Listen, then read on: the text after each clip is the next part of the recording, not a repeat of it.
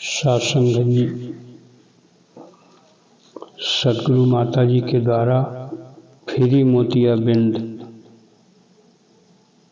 Operation camp लगाया जा रहा है।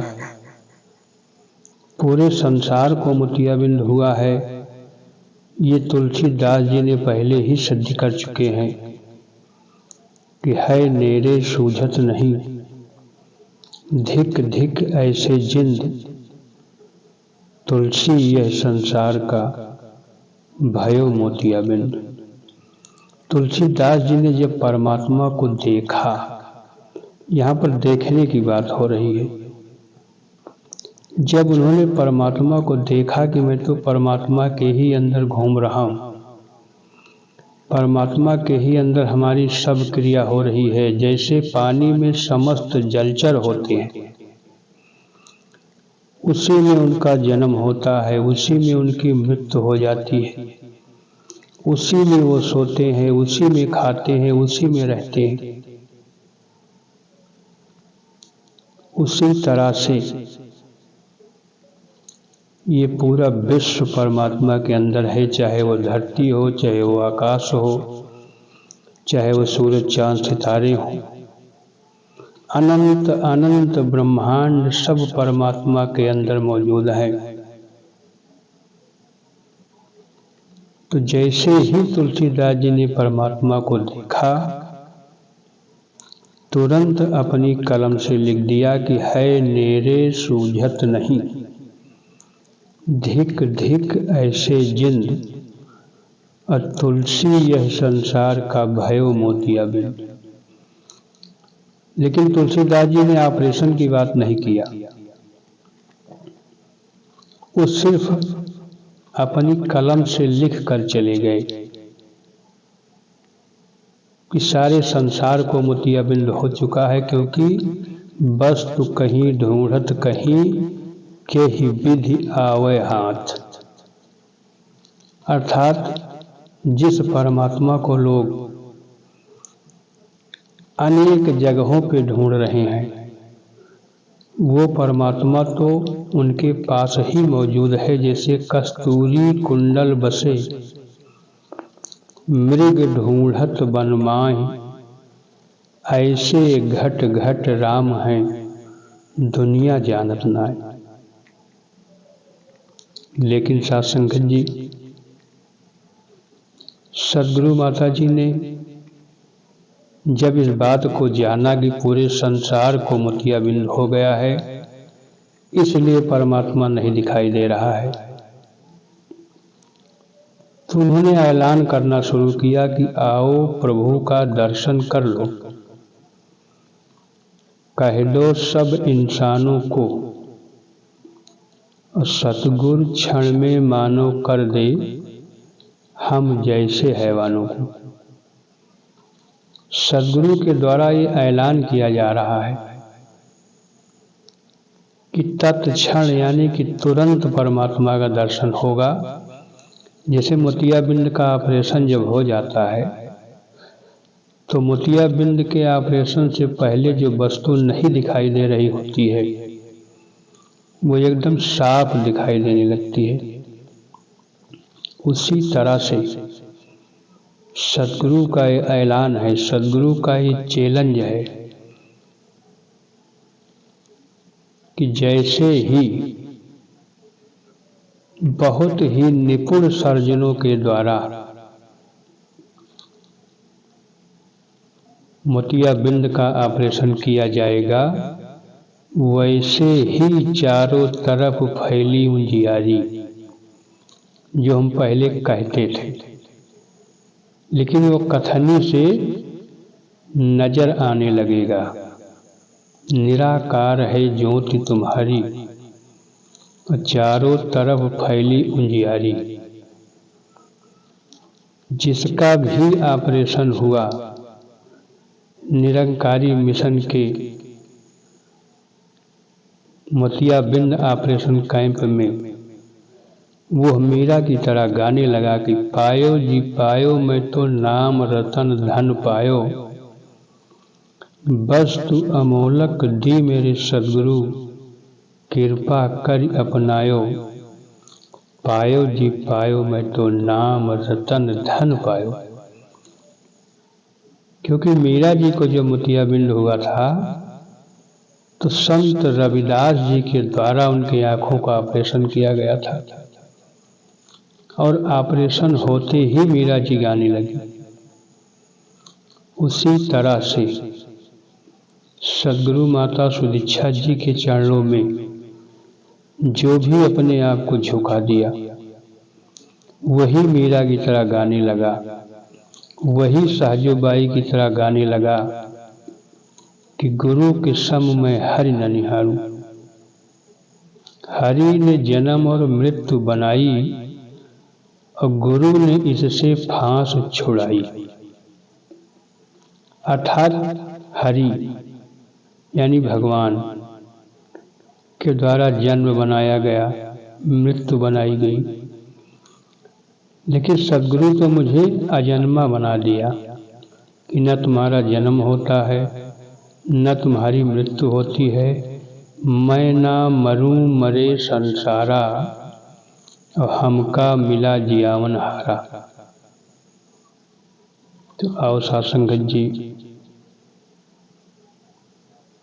6 जगहों पर 5 फरवरी से लेकर 10 फरवरी तक फ्री मोतियाबिंद ऑपरेशन कैंप लगाया जा रहा है निरंकारी मिशन सद्गुरु माता सुदीक्षा जी के द्वारा। जो भी मीरा की तरह गाना चाहता है, कबीर दास जी की तरह नाचना चाहता है, वो इस मोतियाबिंद ऑपरेशन कैंप में भाग ले सकता है और तुरंत ऑपरेशन होते ही वहीं से गाना शुरू कर देगा। तो ये सुंदर अवसर उत्तर प्रदेश को मिला हुआ है और उत्तर प्रदेश ही नहीं पूरे विश्व को आवाज लगाई जा रही है।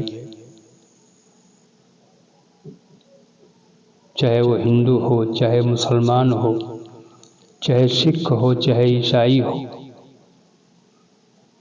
क्योंकि निरंकारी मिशन एक आध्यात्मिक स्कूल है। इसमें जो भी आता है वो उससे जाति नहीं पूछता है। जाति न पूछो साधु की, पूछ लीजिए ज्ञान, मोल करो तलवार की धरी रहने में। तो सभी के लिए निरंकारी मिशन का दरवाजा खुला है। कोई भी आ सकता है और अपनी आंखों का ऑपरेशन करा के इस परमात्मा का दर्शन कर सकता है। जिसे तुलसी बाबा ने लिखा कि हरि व्यापक सर्वत्र समाना, प्रेम से प्रकट हो तो मैं जाना। यानी कि परमात्मा तो सब जगह व्याप्त है। जमी और जमा के बीच समस्त एक ज्योति है। न घाट है, न बाद है, न घाट बाद होता है। अर्थात धरती और आकाश के बीच ये परमात्मा एकदम खुलेआम दिखाई दे रहा है। श्री कृष्ण जी ने अर्जुन को धरती और आकाश के बीच में ही अपने वास्तविक स्वरूप का ज्ञान कराया था कि हे अर्जुन, जो तुम देख रहे हो ये 5 तत्व का पुतला मैं नहीं हूं। ये 5 तत्व का पुतला तो मेरा मकान है। मेरा तो स्वरूप सर्वत्र है, चारों तरफ है। तुझमें मुझमें कुछ भेद नहीं, चमड़े की परख चमार करे। तुझमें और मुझमें कुछ भी भेद नहीं है। ये केवल शरीर हमारे और तुम्हारे बीच में आ गई और तुम स्वयं को शरीर मान बैठे। यही तुम्हारा अज्ञान है। जिस दिन तुम इस शरीर को मकान समझ लोगे और स्वयं के स्वरूप का ज्ञान कर लोगे, तो उस दिन से तुम्हें स्वयं के सिवा कुछ भी नहीं दिखाई देगा इस संसार में, और ये संसार तुझ में ही दिखाई देगा। जैसे कहते हैं कि वृक्ष बने हैं अस्थि प्रभु के, धरा मांस है कहलाती, पुतली बने हैं चांद और सूरज, नयन को कहते दिन राती। श्री कृष्ण जी ने अर्जुन को जब कुरुक्षेत्र के मैदान में ज्ञान दिया, तब अर्जुन ने कहा कि आपको आगे भी प्रणाम, आपको पीछे भी प्रणाम, दाएं भी प्रणाम, बाएं भी प्रणाम, ऊपर और नीचे भी प्रणाम। वही ज्ञान आज सद्गुरु माता सुदीक्षा जी जगह जगह पर कैंप लगाकर, जगह जगह पर सत्संग पंडाल लगाकर दिखाने का काम कर रहे हैं। निज स्वरूप में समाहित हो जाने का काम कर रहे हैं। और सासंगत जी, हम इस अपने मनुष्य जीवन को धन्य कर लें, क्योंकि अवसर मिला हुआ है। हम बड़े ही भाग्यशाली हैं कि मुझे सद्गुरु माता सुदीक्षा जी के समय में मनुष्य का जन्म मिला है। क्योंकि आज से 1.5 साल 2 साल 200 साल पहले व्यवस्था नहीं थी। ये समय की बात है कि वास्तव में हम सब बहुत ही भाग्यशाली हैं जो ऐसा सद्गुरु आया हुआ है और स्वयं के स्वरूप का दर्शन करा रहा है। जिस तरह श्री कृष्ण ने स्वयं के स्वरूप का दर्शन अर्जुन को कराया था, उसी तरह से आज ये समय का सद्गुरु स्वयं के स्वरूप का दर्शन पूरे विश्व को करा रहा है। तो हम इस अवसर को अपने हाथ से न जाने दें और मनुष्य के जीवन को सफल बना लें। दास इन्हीं शब्दों से इजाज़त चाहता है।